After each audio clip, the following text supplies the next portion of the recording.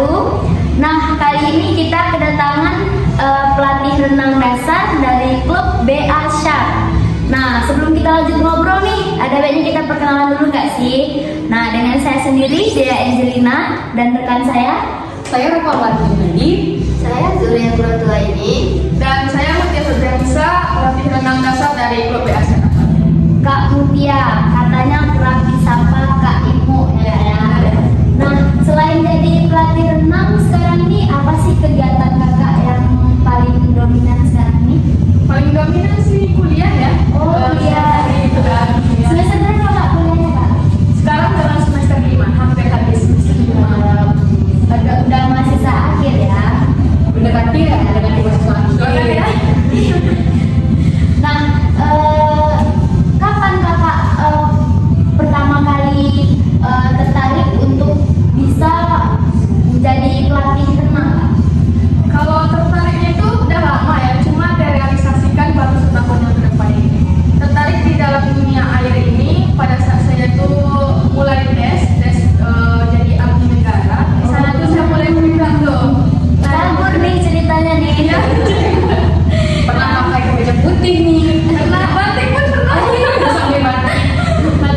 Nah, jadi dari sana tuh mulai privat, senang di dunia air, pengen tuh masuk jadi pelatih sebagai tambahan mahasiswa kan banyak kebutuhan kita masukkan sendiri nih. Jadi kakak ini ngelatihnya dasar atau sudah lebih dari dasar Kak? Atau sudah lanjutan atau gimana Kak? Sekarang dasar insya Allah bisa, lanjutan juga insya Allah bisa.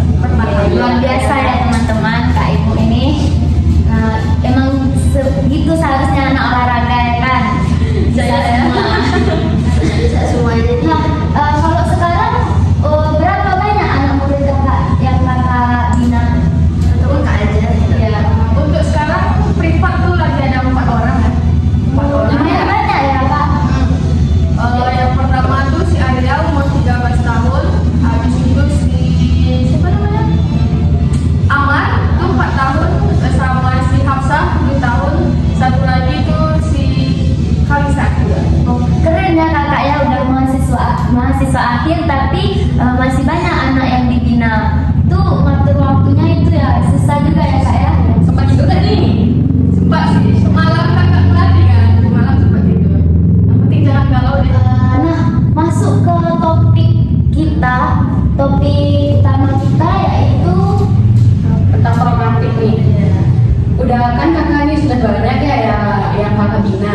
Pasti kan pengalamannya beda-beda, perjalanannya beda-beda. Dia murid beda-beda, dia trauma sama Ya, apa. beda. ada yang trauma penanganannya air, ada yang trauma kadang melihat kolam aja dia trauma.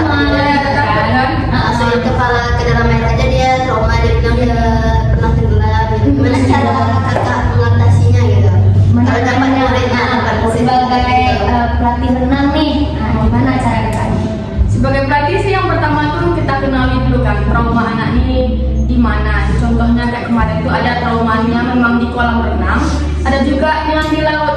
Jadi kita bilang trauma tuh memang ada, tapi dia juga harus ikhlas menerima trauma tersebut. Nah, setelah dia bisa berdamai dengan dunia traumanya itu, yaudah kita kasih terapinya. Contohnya adaptasikan dulu dia dengan air.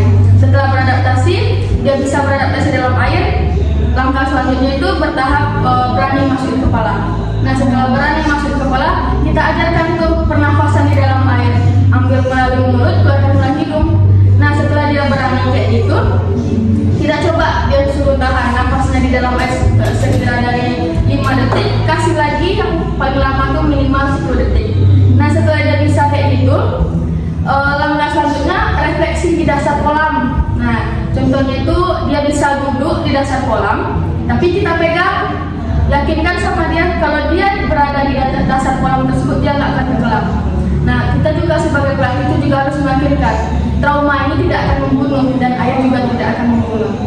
Jadi caranya itu dia tidur boleh, duduk boleh di dasar air. Dia harus merasakan tekanan air tersebut dan harus dapat rileksnya di dalam dasar kolam tersebut. Berarti harus benar-benar perlahan ya Kak ya? Ya, harus perlahan. Perlahan harus kita rangkul berarti ya. Rangkul. Kita rangkul.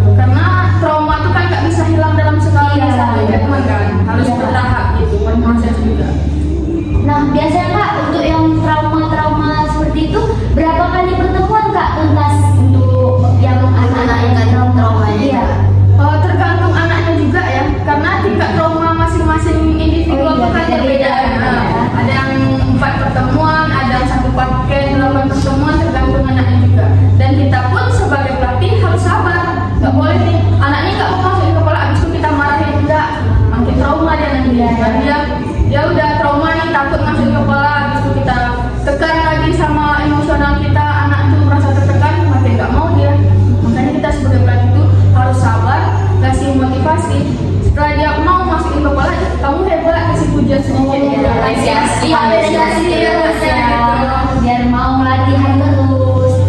Nah, bedanya ngelatih anak yang trauma dewasa sama yang lebih anak-anak itu bedanya apa Kak?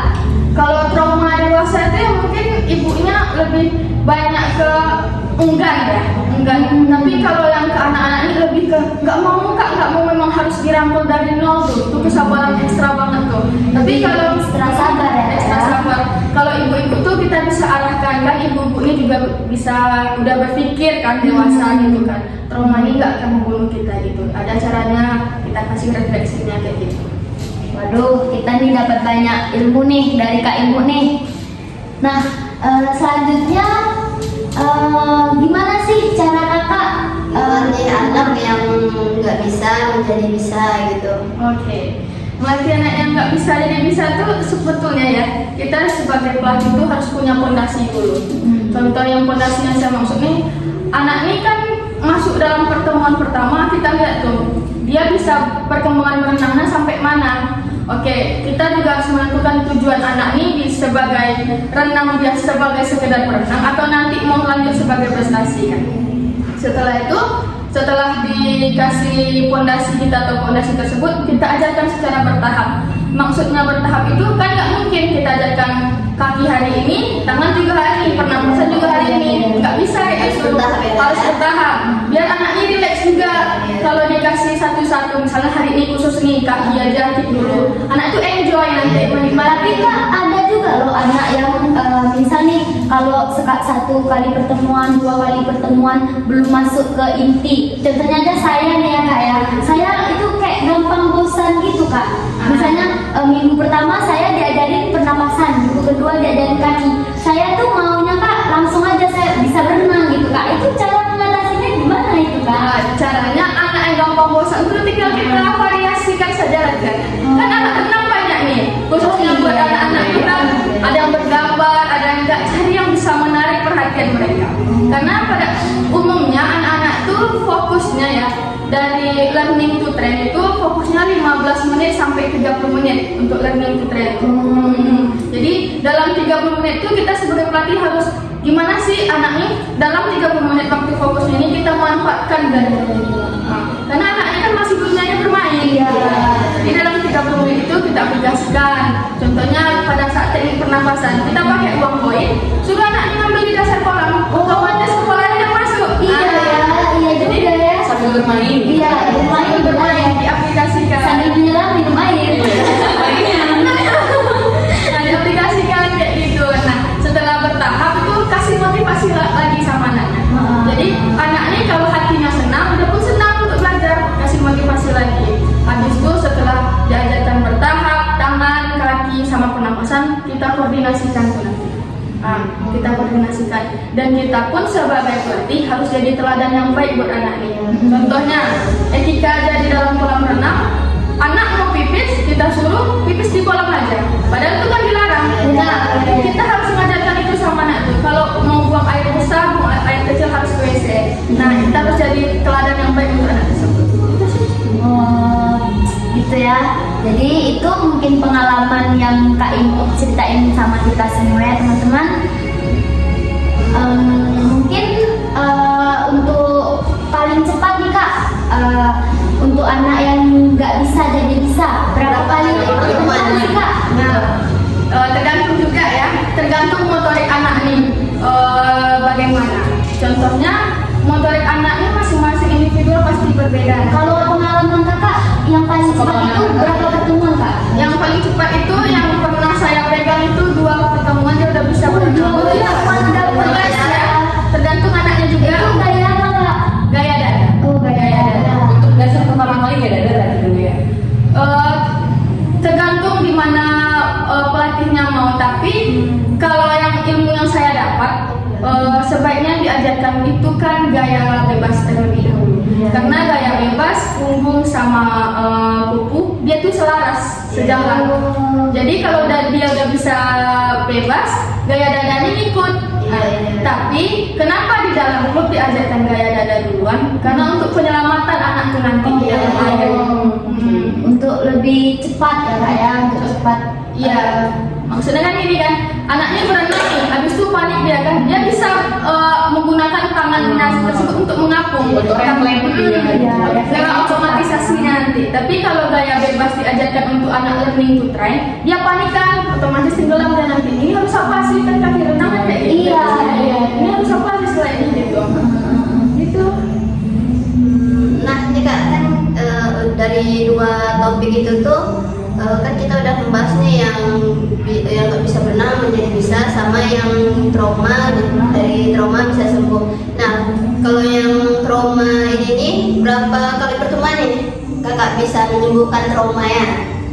Oh, dari pengalaman ya yang saya pernah pegang itu 8 kali pertemuan memang satu paket. Itu anak itu traumanya di kolam renang sama di laut. Posisinya di laut itu dia berenang tiba dan tahunya ombak besar gitu kan. Jadi dia memang traumanya itu Jadi memorinya tersimpan terus ya, Ulang-ulang terus kalau mau berenang ya. saat berenang dia panikan. Udah kan kolam kita tuh kan ada kolam tuh yang daratan apanya dalam gitu kan. Iya. Sampai tempat dalam dia langsung panikan, harus ditemani gitu. Jadi tergantung kita treatment anaknya bagaimana, juga tergantung anak itu menerima pemasukan kita tuh bagaimana juga gitu. Berarti semua tuh kembali kepada pelatih dan individu yang belajar, nggak sih Kak? Iya benar sih. Mungkin sekian ya podcast kita atau wawancara kita pada sore hari ini. Nah, Kak Imu udah bagi banyak nih ilmunya ke kita. Nah, mungkin ada teman-teman yang ingin belajar privat atau berlatih privat, boleh nih hubungi Kak Imu ya Kak ya. Kalau dari person Kak Imu juga Iya, ya. iya. Di WA chat nih, jangan lupa ya, catat ya teman-teman ya. Di follow loh biasa. Nah, mungkin sekian kami pamit undur diri. Assalamualaikum warahmatullahi wabarakatuh.